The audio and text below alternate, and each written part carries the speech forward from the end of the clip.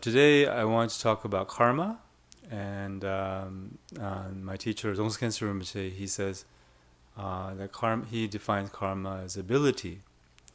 Like we are born with certain abilities, right? To sing well or to make money. As far as making money, in Buddhism we say that people who are rich are not rich by accident or by mere luck, but rather they gave a lot.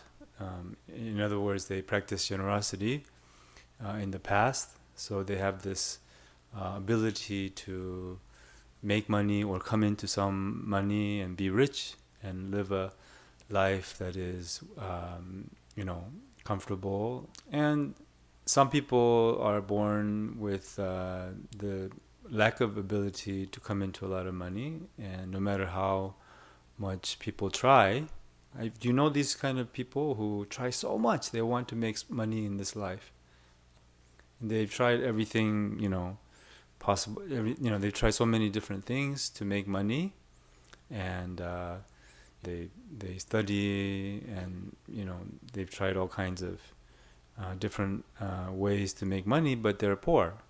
And in Buddhism we say it's because of their karma, because of they don't have the potential to come into a lot of money. So we say everything is kind of karma, like everyone's the way, and each person has different kind of looks and different potential. Some people are born with intelligence. Like everyone has like a certain kind of intelligence they're born with. You know what I mean? Like I compare my intelligence with my little brother. I'm much smarter. Smarter. Yeah, I'm smarter than my brother. Yeah, because I'm not saying that to to belittle him, but it's kind of like you're born smarter. People are. Do you know what I mean? I'm not trying to say this to brag or to belittle my brother, but that's just true. It's just, in general, I'm saying, right? People are born quite intelligent. Some people. I said that. I said that about my brother as kind of a half joke, but you know what I mean? Like you're born with a certain intelligence. Some people are very smart, and some people are not so smart. That's kind of their karma. That's kind of their. Do you disagree? You have a kind of puzzled look.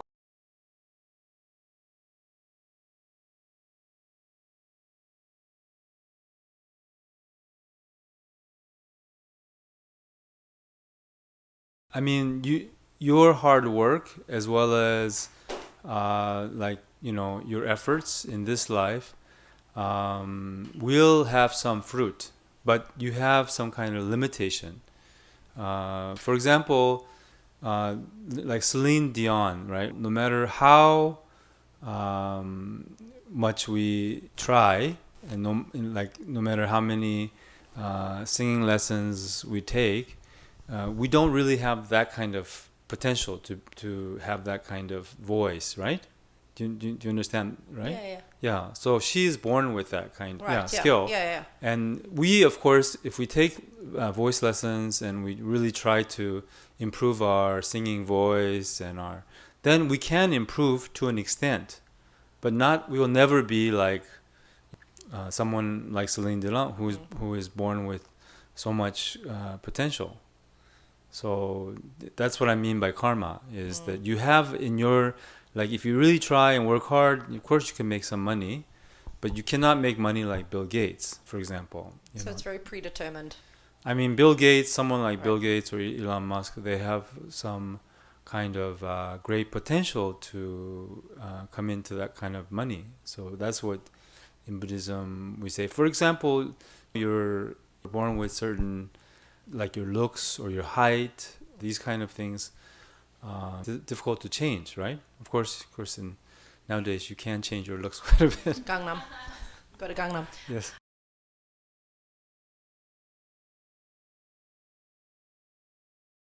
That, for example, I can think of one certain former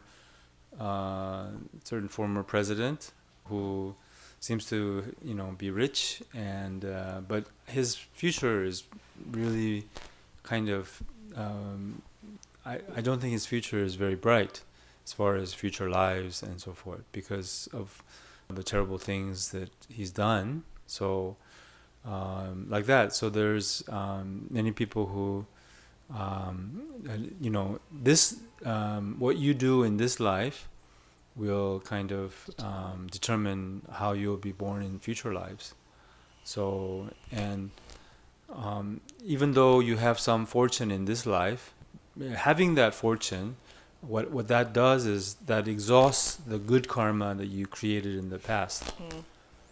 So when your good karma is exhausted, then and you all you do is make bad karma in this life, very very egotistical and self-centered and very greedy, and this will result in a very bad kind of rebirth in the future lives. So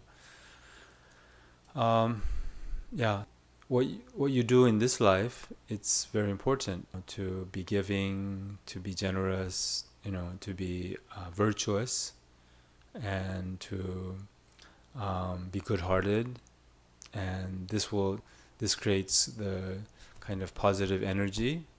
You can think of karma as energy.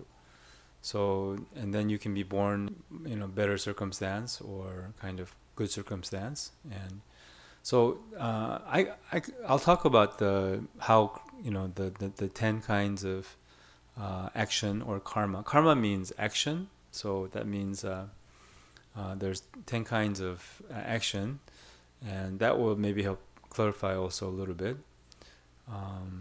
Do you have anything else?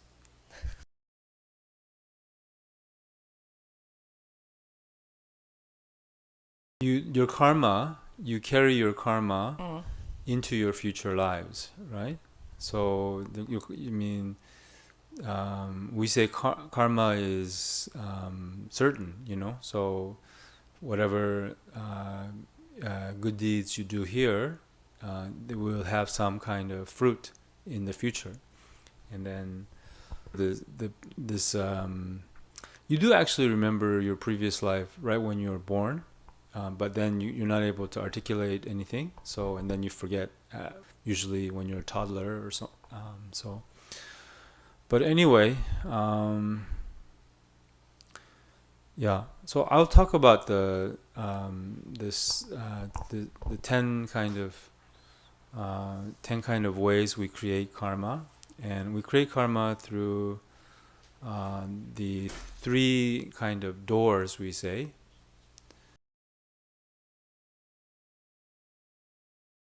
And the 3 doors is the body, speech, and mind.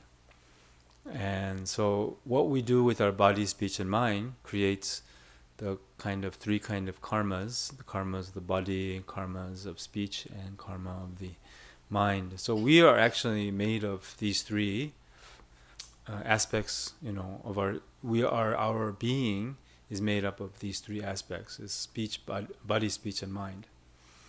So there are 3 negative karma created by the body.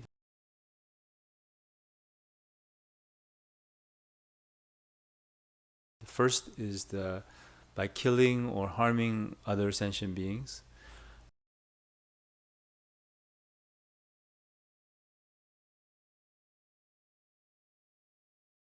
And by doing so, then we have kind of a sick body or a frail body, and then we are born also, we may have a short life. And so the opposite of that is by helping others' lives, or the sick, or taking care of the sick or the elderly or our loved ones, as well as just being sentient beings in general, and also helping them live healthy and long lives, and not harming sentient beings. So in that way, we are born with a strong body, and also have a very strong what do you call this? Life force, so strong life force, as well as you're able to have healthy bodies and live long. And then the second act of the negative action with the body is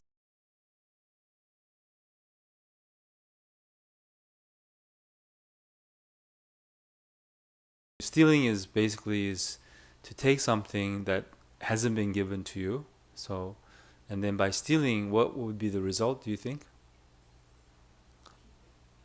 Huh?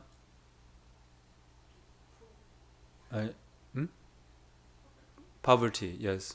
Being poor or lacking money and always kind of struggling with money is because we didn't practice generosity and we took from others. So stealing is kind of a habit. And another word for karma is habit.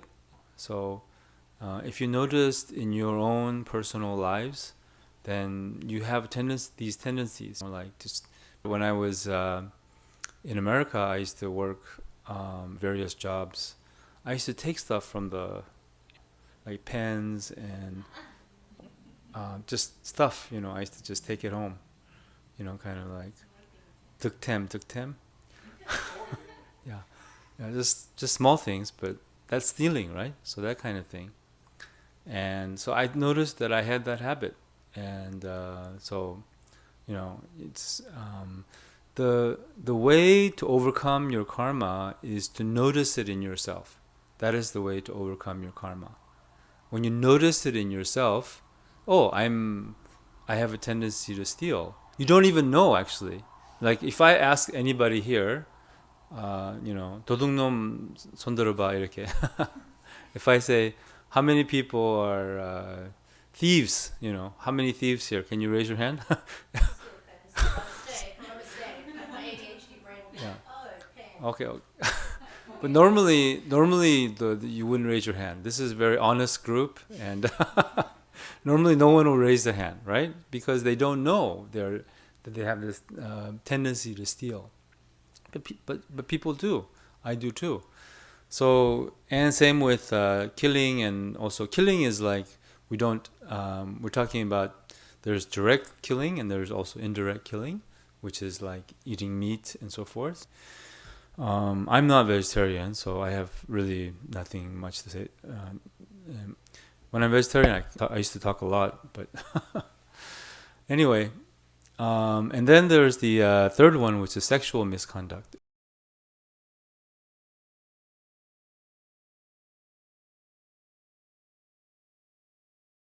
And sexual misconduct is basically harming yourself or others through the sexual activity. And that's causing harm to others or yourself.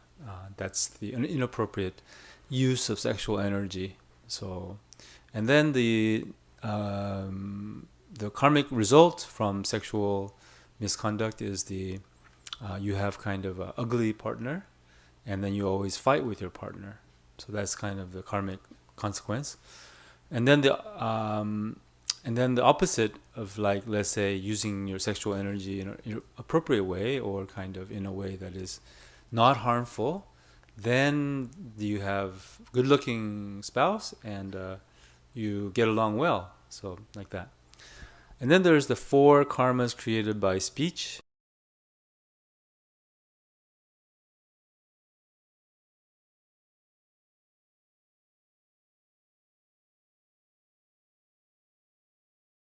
Lying is also something people are not aware of.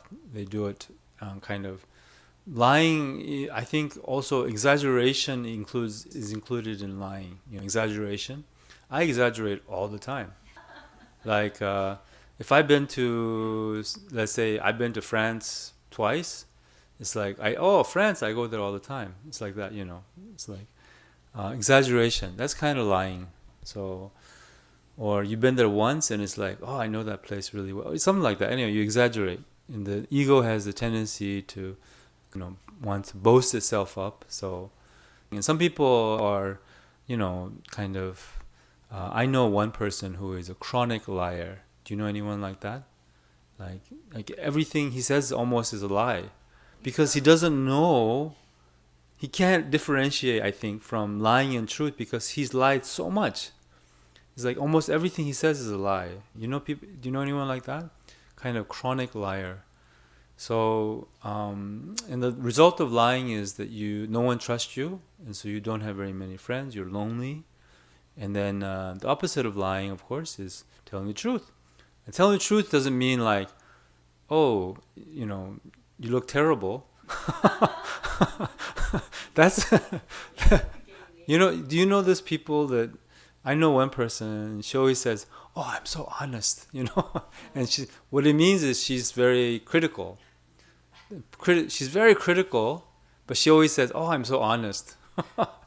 What you are is you're critical, not honest.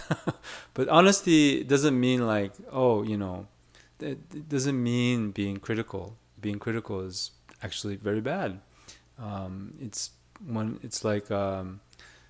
The reason being critical is bad is because we normally cannot criticize kind of fairly or kindly. We criticize from our own perspective with our own kind of attachments. So that's why criticism is most often has a bad result and also creates karma.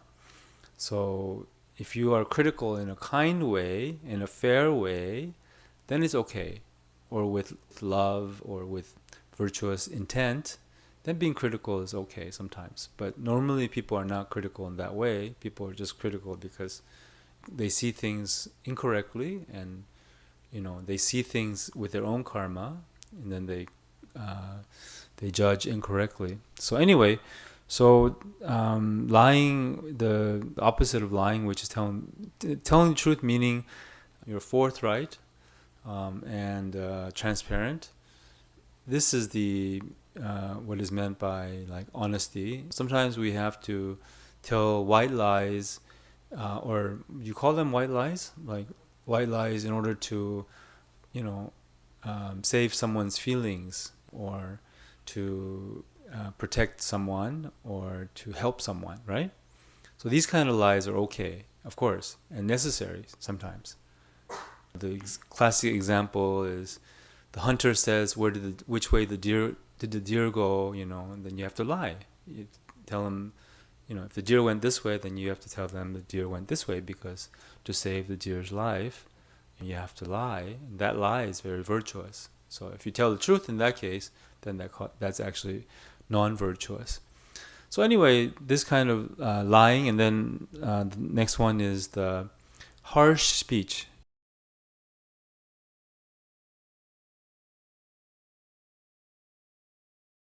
Harsh speech doesn't necessarily mean like, hey, doesn't mean like that, right? Because sometimes you say to your friend with kind of affection. So this word is not necessarily harsh words if you are saying it with affection. So it's not what you say, it's what your intent is. So if you have this kind of intent to harm someone, even a word like 감사합니다 can be harsh words. So of the 4 kind of karmas created by speech, harsh language is the heaviest.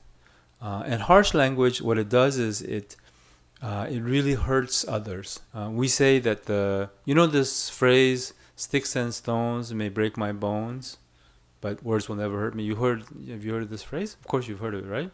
So this phrase is quite not true, because sticks and stones can break your bones, but words will really hurt you.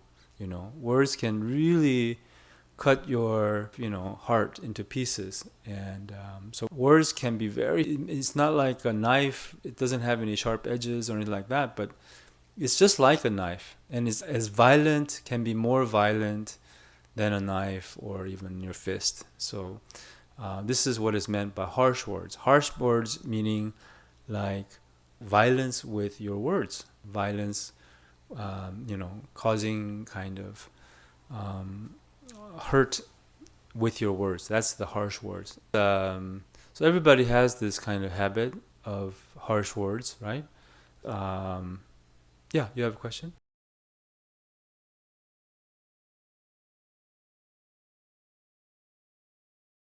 So when you get a gift, then you just try to acknowledge good heart and also their good intent, and and be grateful for that, whether you like it or not. So you made a mistake.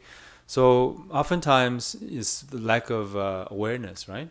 So the awareness, as we practice awareness, it comes earlier. So in the oftentimes we are aware afterward, right? Like you were. So this is okay. This is also awareness, because now next time maybe that if some similar situation occurs, then you'll know to be more polite. So you learn from this, right? So the most valuable thing in life is experience. In other words, to learn from our mistakes, and you gain experience, and that experience is wisdom. So when you gain experience, you become more wise. So next time you'll be more aware, and you'll be aware earlier, so you'll be able to prevent this kind of mistake from happening again. So same with anger, for example. We get angry, and then we regret it, right? So, and then we are aware afterwards. So later, as we become more aware, and we become more we learn from our mistakes, then we become aware earlier. And as the anger arises, we're able to become aware of the anger and not be carried away by the anger. So this is from my own personal experience. I used to get angry and then regret it, and then same with everyone, right? But the more you practice, then you're able to be aware as you become angry and in the moment, instead of becoming aware afterwards. So this is just a matter of practice, and kind of gaining more confidence in awareness, and also confidence in the lack of kind of substantiality of the anger itself. Because normally when we have negative emotions like anger or hatred or any other unwanted emotion, when we practice awareness of that emotion, then we start to understand that these emotions are insubstantial, as long as we are aware of them, instead of normally we are the anger. So, and we carried away by the anger, and then the anger has a great power. So becoming aware means you objectify anger, not part of the anger, but you become aware of the anger. So in that way, you're not carried away by anger, so you're separated from the anger itself, being aware of the anger. And then you gain more confidence in the we call it empty nature of thoughts in Buddhism. So you become more confident in the ephemeral and empty nature of thoughts. And then the more you gain experience in this kind of ephemeral, empty nature of thoughts, then the more confidence we gain in awareness, and the easier we're able to deal with other emotions that arise. Okay? Mm-hmm. So getting back to the karma, maybe this week we'll just go to the speech. So the karmic consequence, harsh speech, you understand harsh speech, right? Especially, when do we practice harsh speech? Normally when we are in a fight with a loved one, right? Isn't it? Pardon? Harsh, of course, you're very harsh. But this kind of harsh speech in this context is dealing with other people. So of course we're very harsh on ourselves. That's another topic altogether. So that's a really big topic, how we treat ourselves. But in this context, we're talking about how we, for example, when you fight with your partner or your husband or wife, or sometimes with your parents, or we tend to kind of wait for that moment, or when you're really angry, then you really want to hurt that person. So you bring up something that is very hurtful, something from the past. Then we just kind of, as if we took a knife and stabbed them. It's kind of the same, but we stab them with our words. And by doing so, by practicing harsh speech, what happens is that we're very sensitive to sound, and even people, whatever people say, even they don't say harsh things, it sounds harsh, and you get hurt easily. You're very sensitive. People say something, and you're very sensitive. This is because we have practiced ourselves harsh speech. And the opposite of harsh speech, of course, is encouraging words, or words that are helpful, words that are encouraging, words that are uplifting. So these kind of words. And then when we practice that, then we are not so sensitive, and we are not hurt by other people's words. We're not sensitive to the sound also. And even if someone practices harsh speech, they want to hurt us. They say something to hurt us. It doesn't hurt us. That's because we've practiced this encouraging speech, or words that are uplifting or helpful.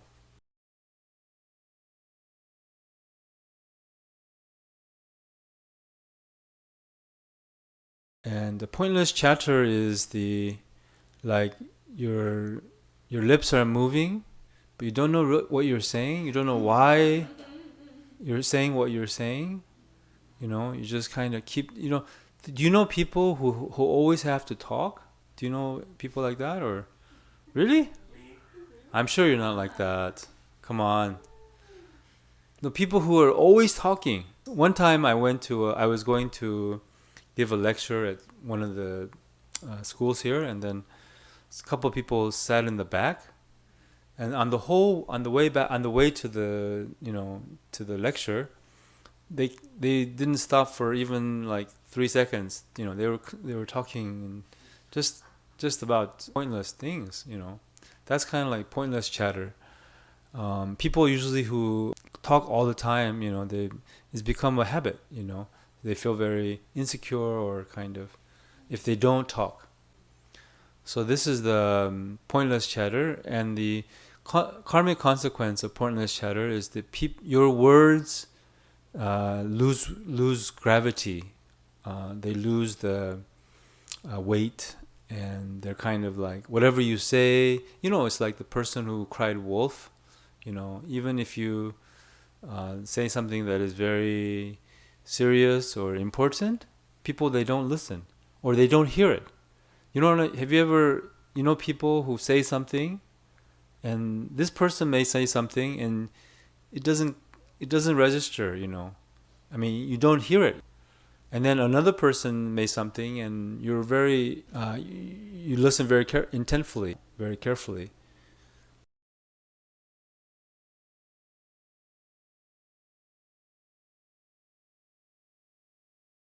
Karma is created by intention. Karma is created by intention. So if the intention is, to harm, then it's negative karma. And intention is to help, or be, it's a virtuous intention, then it's good karma. So yeah, of course, there are some degrees of how strong the karma is according to the intention. So the ADHD is kind of quite common these days, and lack of focus, lack of concentration. It's just, everybody's like that because of the smartphone, So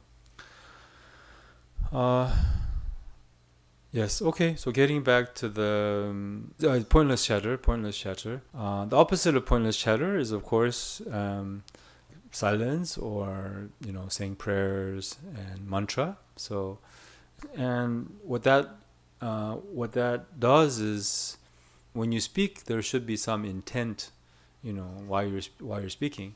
But a lot of people, they don't speak with any intent. They just speak out of habit. So that is the pointless chatter. And when you speak with intent, that means like you have some reason to speak, and whether that is to communicate something, or whether that is to help someone, or to be encouraging. Of course, that is the best intent, is to be helpful, kind of a virtuous intent. And then the last one is the divisive speech.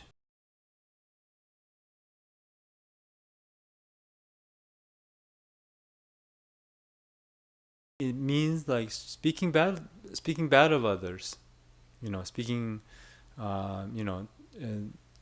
talking shit, you say, right? Or how do you say? Is that right? Or like you say something negative about other people, and this is a very kind of strong habit.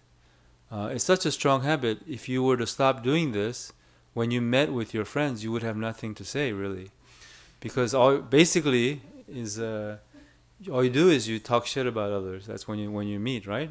You go to a coffee shop, and most people are talking shit about others. Everybody. That's what everyone's doing. So I also do this kind of.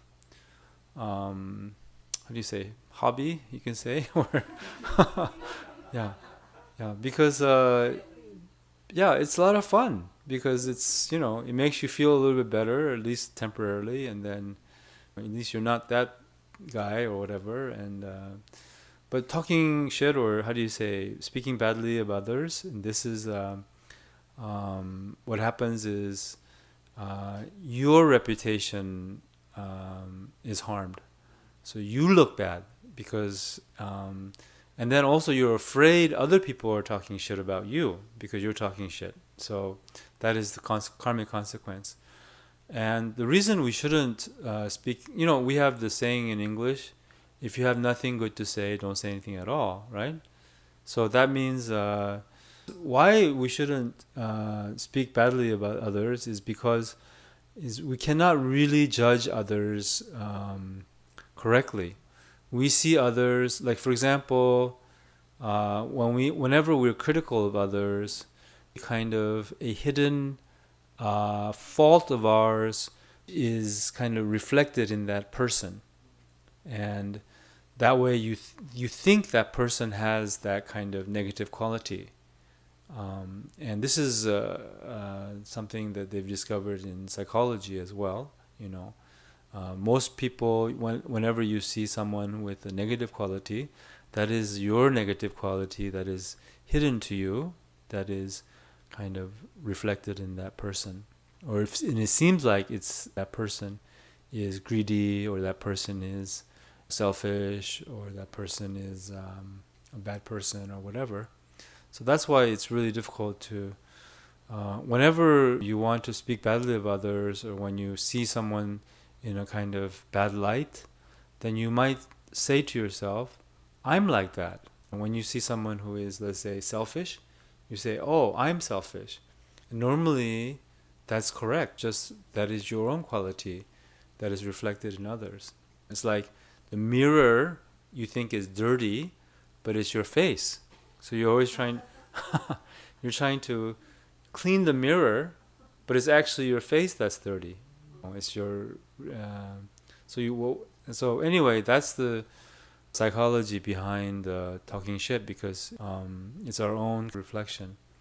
And so the opposite of talking shit is speaking well of others. If we can always find good qualities in others. Everyone has good qualities. Everyone has bad qualities, but everyone has good qualities. So try to find that good quality, and try to kind of speak about that. And sometimes if you praise someone directly, then that person can become arrogant, or then it's better to praise them in their behind their back. This is a very good practice, to praise others when they're not there, and we can do this as much as we want, and this only creates positivity. And when we do this, when we speak well of others, what happens is our reputation gets better. We look better. This is the karmic consequence of speaking well of others, as well as seeing others in a good light. So this is a very important practice, is to see each other in a good light and to speak well of each other. And this creates very good relationships with each other, and it strengthens our relationship and goodwill and kind of camaraderie and friendship. So, and others' bad qualities, that's not our business. Our business is our own bad qualities. This is our business. We have a lot of business. We have a lot of bad qualities that we have to work on. That is our business. But other people's bad qualities, that's not our business. Our business is to see them in a good light and to encourage their good to speak of their good qualities and encourage their kind of positive actions and so forth. This will help us build a relationship based on love. So